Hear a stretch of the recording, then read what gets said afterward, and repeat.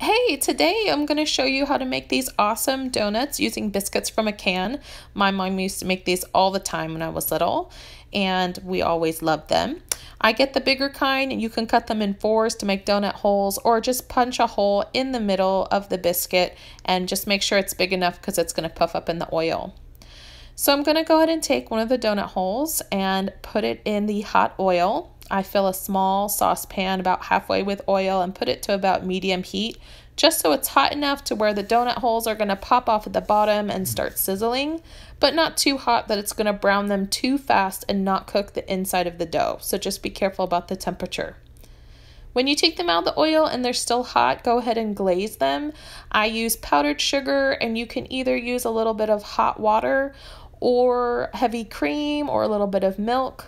I prefer cream or milk. It just has a better taste.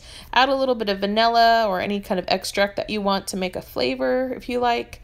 Just be creative. Just make sure they're a little bit warm when you do it, and then put them on a towel to rest and cool. When you taste them, oh, they're so delicious. Just make sure that the insides are cooked all the way and they're crispy on the outside. And like I said, you can use whatever you want to decorate them. My kids love to use sprinkles, so we use sprinkles. But you can definitely use cake frosting or even melted chocolate, whatever your family or your kids like to do and to eat. Just have fun making these little donuts.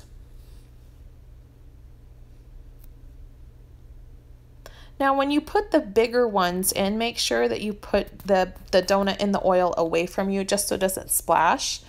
As you can see right there, I did leave the oil on medium heat, and as you're going to see in a second, that was a bit of a mistake.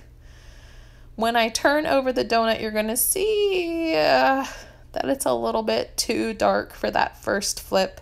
The bigger ones you are going to want to keep in the oil a bit longer so they cook the inside, but I should have turned my oil down a little bit. I also don't have a thermometer for my oil, which would probably have been a good idea. But it's a little bit too dark. That's okay.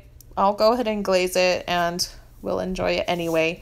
But you do want a little bit more of that lighter color, as you can see. I hope you guys try these out and have a great time making these with your family. Happy eating!